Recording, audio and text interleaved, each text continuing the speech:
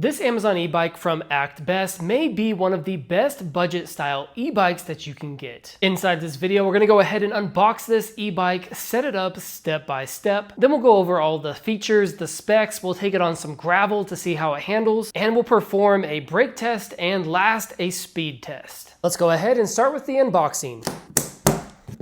This is what everything looks like in the box, nice and neatly padded from what I can see. Fairly heavy, but doable. We'll go ahead and start removing some of this packaging here.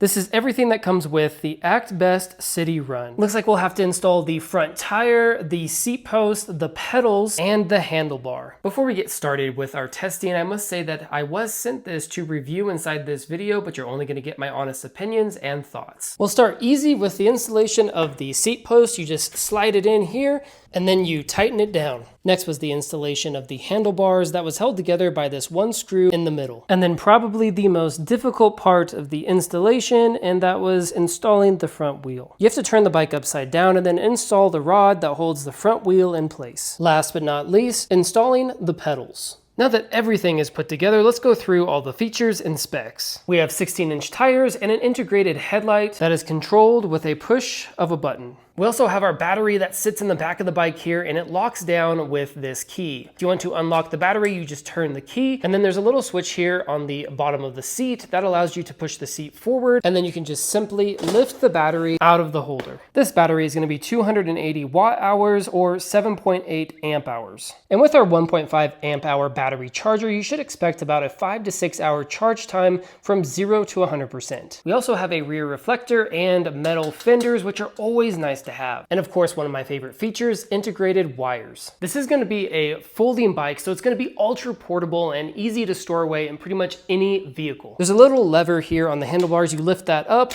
pull back, and then you can fold the handlebars over. And we also have the same kind of mechanism in the frame here. So you're just going to pull this lever, and then you should be able to fold the bike in half. And this is what the bike looks like semi-folded up. Obviously, we can push the tire inwards and we could remove the seat post, but this setup right here makes it really simple to transport this bike. On top of being able to fold, this bike is gonna sport a 350 watt to 500 peak motor, which is gonna be pretty standard for bikes like this, and we're gonna have mechanical disc brakes. When it comes to the cockpit, we actually do have keys that are needed to turn this bike on and operate. And as far as our LCD screen goes, we don't have much information here other than battery, because this bike doesn't have any gears and it also doesn't have any levels of pedal assist. It's all based on auto sensing. So if the bike senses that it needs to put more output in order to get up a small hill, or if you're trying to push this bike to its max 20-mile-an-hour speed, then you're going to get more power out of it. Other than that, we have our twist throttle on the right. On the left, we have our light and our horn.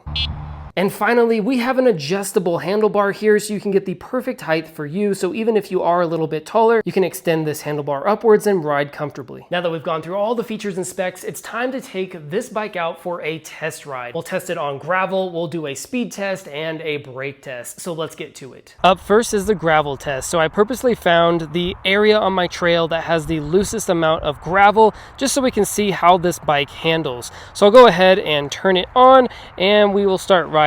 For this, I'm going to be doing pedal assist only, and we'll see how it handles this loose gravel. So far, so good because of those shorter wheels. So those 16-inch wheels really do dig into the dirt, and that lower center of gravity allows me to stay pretty stable on this gravel trail. This is definitely better than I thought it was going to handle this section of my trail. Next up, the speed test, which I will be keeping track of on an app, and we will be testing both the throttle and the pedal assist. First up, throttle, so I'll go ahead and just pull back on this throttle and we'll see how fast we can get this bike.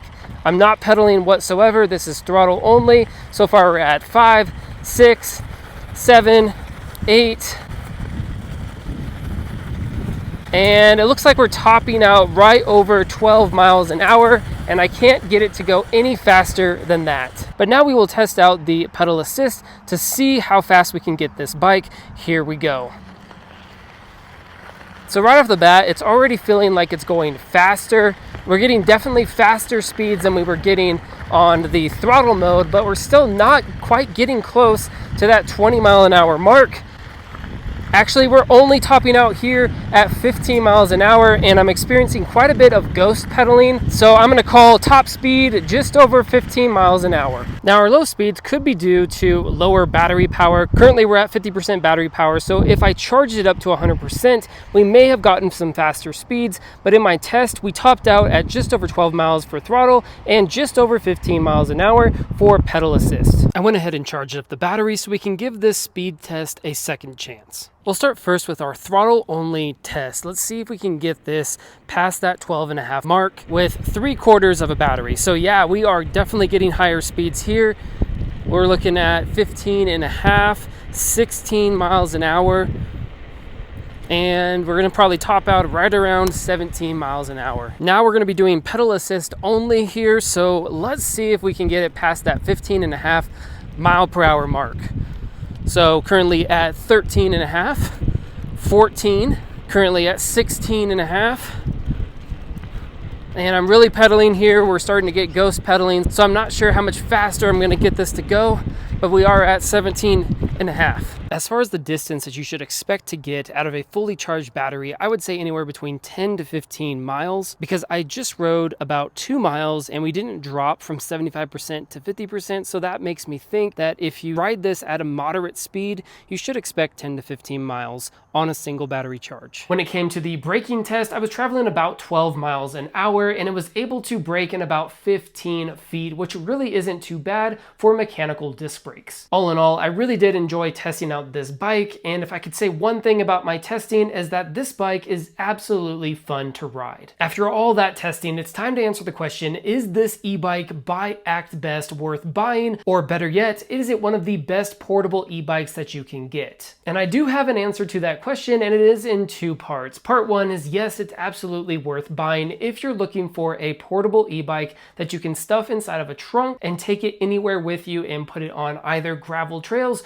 or paved trails. The second part to my answer is that I don't believe that this is the best portable e-bike that you can get. It is affordable, it will get you from point A to point B, it is fun to ride, and it folds up extremely compact, but I do believe that there are better portable e-bikes out there, but maybe not at this price point. That still doesn't mean that I don't like this bike, because I really do like this bike. I love that the handlebar is adjustable, that it has an integrated headlight, integrated wires, and that it's simple to ride and use. So in conclusion, this e-bike is absolutely worth buying, but you do need to know that you're not going to be getting the fastest or most powerful e-bike out there. You're going to get something that's portable, quick, and easy to ride. Thank you so much for watching this video review, and I hope that it helps. My name's David, and if you're into more content like this, make sure to check out this e-bike review and my other videos. I do product reviews, product comparisons, and top 5 best videos. So if you're into that kind of stuff, subscribe to the channel, like this video, and stick around for when I release my next review.